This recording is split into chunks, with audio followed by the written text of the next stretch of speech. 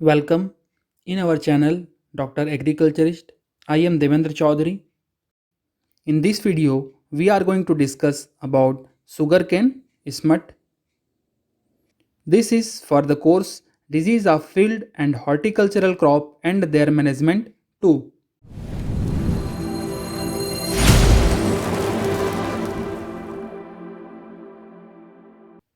आपके लिए कुछ क्वेश्चंस है जिसका आंसर आपको कमेंट सेक्शन में करना है।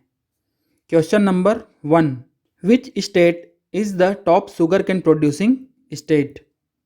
Question number 2, which state has highest sugar cane productivity? Question number 3, which state has highest number of sugar industry? Question number 4, what is the sugar recovery percentage in sugarcane? Causal organism of sugarcane smut, Eustylago sitamini. These belong to subdivision Basidiomycotina. Coming to the symptom of sugarcane smut, the affected plants are stunted and central shoot is converted into long whip-like dusty black structure. The length of the whip vary from few inches to several feet. In early stage, this structure is covered by thin, white and papery membrane. The whip may be straight or slightly curved. पहले इसका symptom देखते हैं, उसके बाद हमें समझ में आएगा कि ये whip लाइक स्ट्रक्चर क्या है और इसमें क्या हो रहा है। ये देखिए, इसका जो सेंट्रल सूट है वो ब्लैक कलर के विप लाइक स्ट्रक्चर में कन्वर्ट हो गया है। विप का हिंदी मीनिंग होता है कोड़ा, जो घोड़े या बैल को मारने के लिए यूज़ करते हैं ना, कोड़ा, उसी के जैसा ये दिखाई देता है। इसीलिए इस डिजीज़ का नाम है विप स्मट। और इस डिजीज़ में वाइट पेपरी मेम्ब्रेन के अंदर ये बहुत सारे स्पोर्स प्रेजेंट होते हैं। On maturity it ruptures and millions of tiny black smut spores are liberated and disseminated by the air. The smutted clumps also produce mummified arrows. Occasionally, smut sori may develop on the leaves and stem. जब ये mature हो जाते हैं तो इसका जो peppery membrane है वो टूट जाता है और बहुत सारे स्पोर्स हवा के द्वारा दूसरे प्लांट्स में या दूसरे जगह पे स्प्रेड होते हैं। ये जो विप है ये या तो सीधे भी हो सकते हैं या कर्व भी होते हैं। और ऐसे जो इन्फेक्टेड प्लांट होते हैं उसमें जब एरो आता है, फ्लावर्स बनते हैं, तो उसका स्ट्रक्चर ममीफाइड होता है, मतलब टेढ़ा मेढ़ा होता है, वो नॉर्मल की तरह सीधा नहीं होता। ठीक है, आगे बढ़ते हैं। Etiology of Ustilago, this belong to sub division Basidiomycotina. और कौन सी फैमिली? यूस्टिलेजिनेसी, मतलब जो स्मट कॉज करता है उसका फैमिली है यूस्टिलेजिनेसी। इसमें माइसिलियम होते हैं सेप्टेट, ब्रांच्ड, हायालाइन और डाइकैरियोटिक। मतलब ये सेप्टेट होगा, ब्रांच्ड होगा और हायालाइन होगा, मतलब वाइट कलर का होगा, कलरलेस होगा। और ये डाइकैरियोटिक होते हैं, इसके एक सेल में 2 न्यूक्लियस प्रेजेंट होते हैं, इसीलिए इसे डाइकैरियोटिक कहते हैं। टिलियोस्पोर, जो पाउडरी स्पोर्स बनते हैं सिम्प्टोमेटिक प्लांट में, वो क्या होते हैं? टिलियोस्पोर। और ये लाइट ब्राउन कलर के होते हैं, स्फेरिकल होता है, ऐसे स्फेरिकल गोल होता है, गोलाकार, और इसका डायमीटर 5 से 10 माइक्रोमीटर होता है। ये इसका जो डायमीटर है 5 से 10 माइक्रोमीटर होता है। अगर हम साइज़ कंपेयर करें बैक्टीरिया से, बैक्टीरिया का जो सेल होता है वो 1.5 से 2 माइक्रोमीटर विड्थ में होगा और 3 to 5 माइक्रोमीटर लेंथ में होता है। तो ये बैक्टीरिया सेल से जस्ट डबल होते हैं। Teliospore germinate to produce 3 to 4 celled hyaline प्रोमाइसीलियम।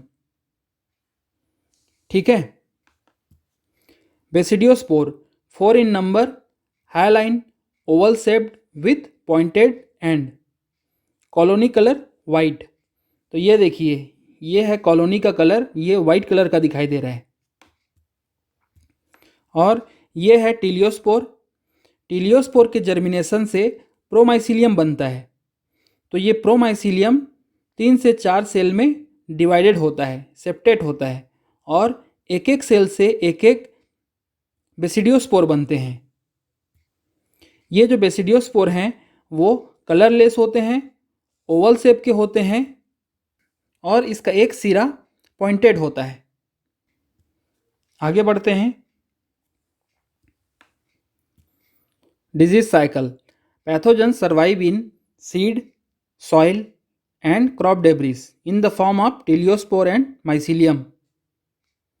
तो ये जो पैथोजन है वो सॉइल में अभी प्रेजेंट है, या तो ये इन्फेक्टेड सीड में भी प्रेजेंट हो सकता है। जो प्लांटिंग मटेरियल यूज़ करते हैं उसे सेट कहते हैं।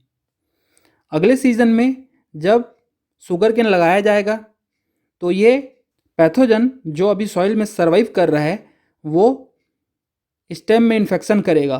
कहाँ से करेगा? बड से, जो आई होता है वहाँ से इन्फेक्शन होता है। या तो ऐसा भी पॉसिबल है कि जो फार्मर है वो इन्फेक्टेड प्लांटिंग मटेरियल यूज़ किया है तो पहले से ही उसमें पैथोजन प्रेजेंट है। ठीक है, तो अब ये कहाँ इंटर कर गया? हेल्दी फील्ड में। फिर पैथोजन होस्ट से न्यूट्रिशन लेगा, ग्रोथ और मल्टीप्लिकेशन होगा और इसका पॉपुलेशन बढ़ेगा। फिर हमें सिम्टम दिखाई देगा। इसके बाद ये बहुत सारे टीलियोस्पोर्स और क्लेमाइडोस्पोर्स बनाते हैं और ये स्पोर थिन पेपरी मेम्ब्रेन से ढके होते हैं। बाद में जब ये रप्चर हो जाएगा, टूट जाएगा, तो इसके स्पोर्स रेन, इरिगेशन वाटर या विंड के थ्रू दूसरी प्लांट्स में जाते हैं और वहाँ पर इन्फेक्शन करते हैं। इसी को कहते हैं सेकेंडरी इन्फेक्शन साइकिल।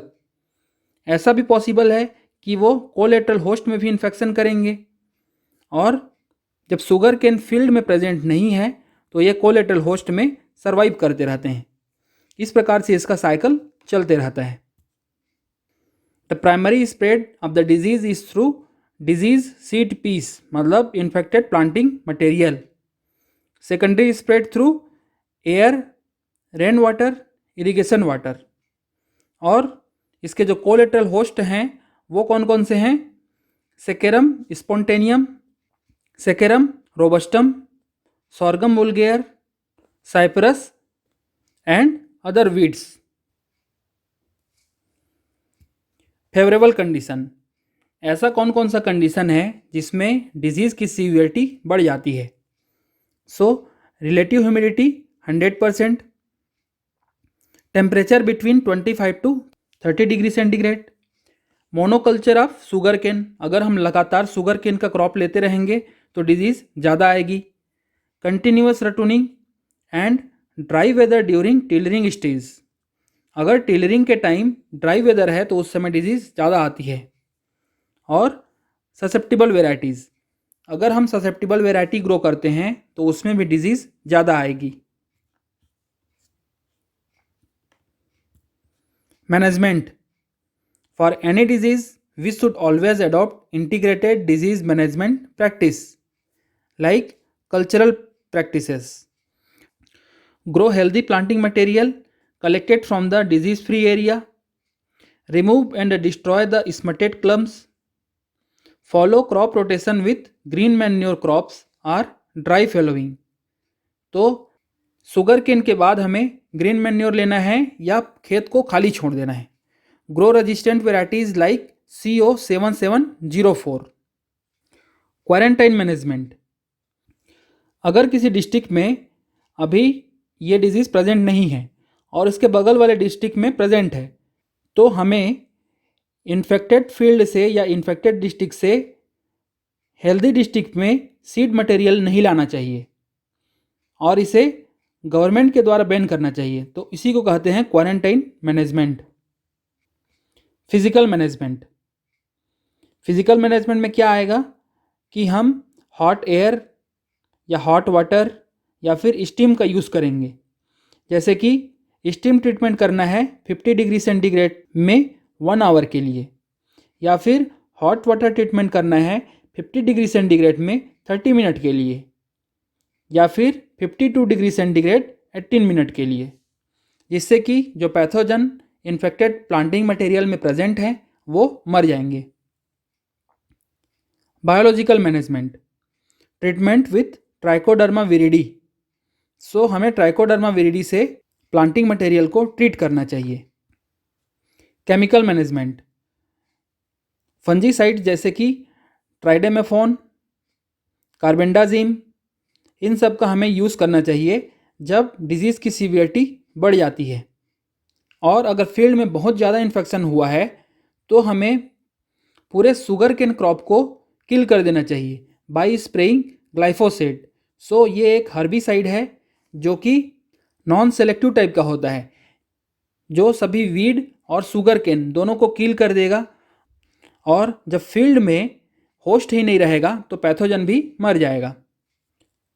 बट ये वाला ऑप्शन हमेशा लास्ट में रखना चाहिए।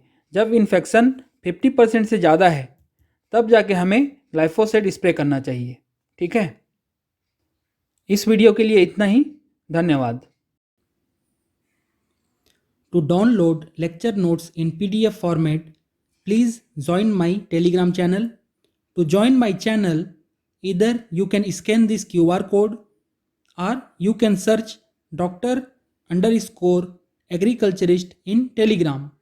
If you find this video useful, so like and share my videos and please subscribe to my channel. Thank you for watching this video.